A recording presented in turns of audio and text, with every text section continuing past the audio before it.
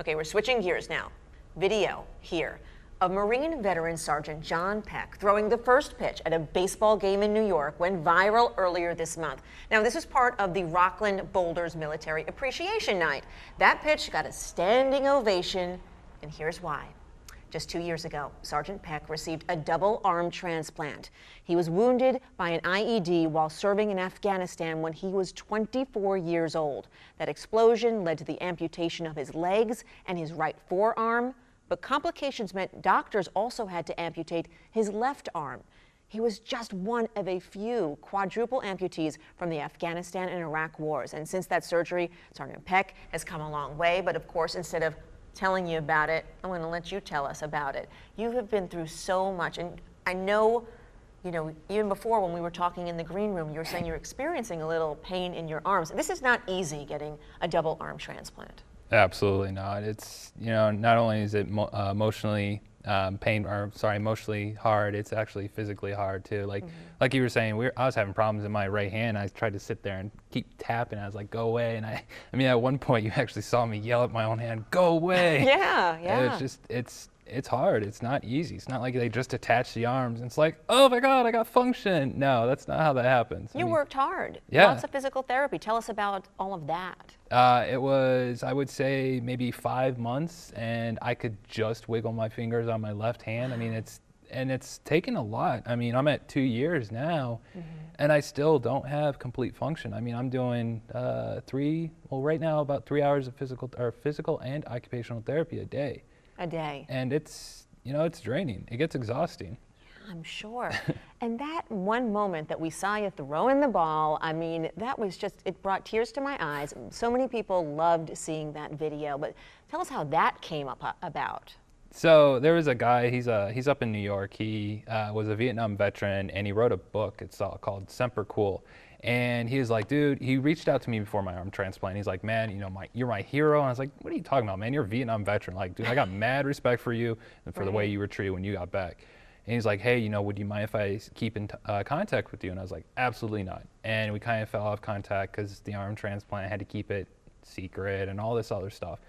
And he reached out to me and he's like, hey, how would you like to come up to New York and do the first pitch? And I was like, oh, I don't know about this. This is going to be difficult. And I totally forgot about it, but I was like, yeah, absolutely. We're down. Me and my wife, we're down. We're cool. Totally forgot about it. And I told my occupational therapist, Anne Maria, I was like, hey, I'm going up to New York tomorrow and I'm throwing up the first pitch. She's like, you think you could have told me this a few days before? And I was like, surprise. So that day we sat for 2 hours and we sat there and tried to figure out the best way for me to throw a pitch and not actually be able to make it across the home plate. You did a good job. Yeah, it bounced once. I'm not gonna lie, it bounced. I mean, Hey, got there. I was kind of worried there for a second. I was like, oh, I cannot look. I have to do this. I've got to do this.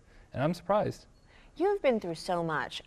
We could just spend the entire off script talking about everything you've been through. You're writing a book right now. You're done with the book. Yes. It's going to come out. Yes. Rebuilding Sergeant Peck. Correct. Tell us about this. Why did you want to get your story out there? Why did you want to inspire people? I mean, a lot of people try to get their story out there. I don't know if it's for fame. I don't know if it's for money. For me, it's not even really about that. It's honestly about I had a terrible time. When I first got injured, I'm not gonna lie, I almost thought I actually had a plan to throw myself down a flight of stairs. And throughout my life, I mean, I didn't have the best upbringing. I'm not saying anything bad, I just didn't have the best upbringing, single parent, you know how that goes. And then had problems with the Marines, of course. And then I had one injury, traumatic brain injury. Right, before this happened. Yeah, and then I re-enlisted after 2 years of therapy. Wow. And after that 2 years, I was like, I want to go back. I went back to Afghanistan, lost all 4 of my limbs.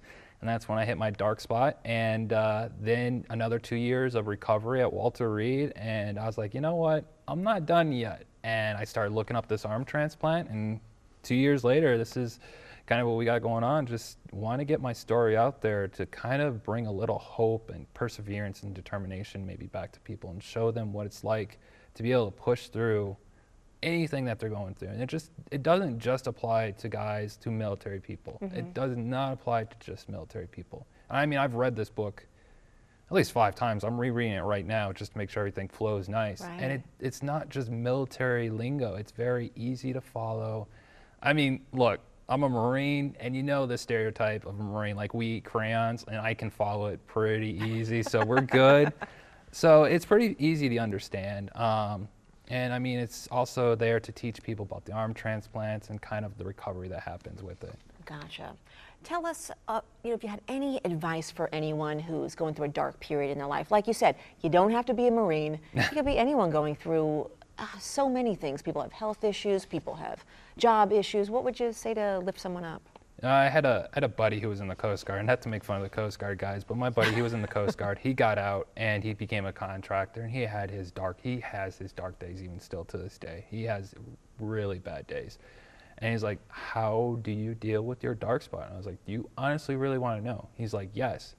And he's one of those guys who just kind of swallows it, and he just compresses it down. And I was like, honestly, I deal with it. I let myself go back to that dark spot, and I let myself think about those terrible days where I wanted to throw myself down a flight of stairs and throw out the lights, turn off the lights, and be done with it. And it's like, I let myself go down there, and each time I come back up, I come back a little bit stronger, a little bit more just aware of what I've gone through, and just blast after blast and persevering and persevering. And I tell them this, and I hope it just helps anybody that's having a tough time going through life. I just hope it helps them. We're going to put that link on our website, and thank you so much for Thank you. your service. Got to toss to break, unfortunately, because I could talk to you all day. We'll be right back.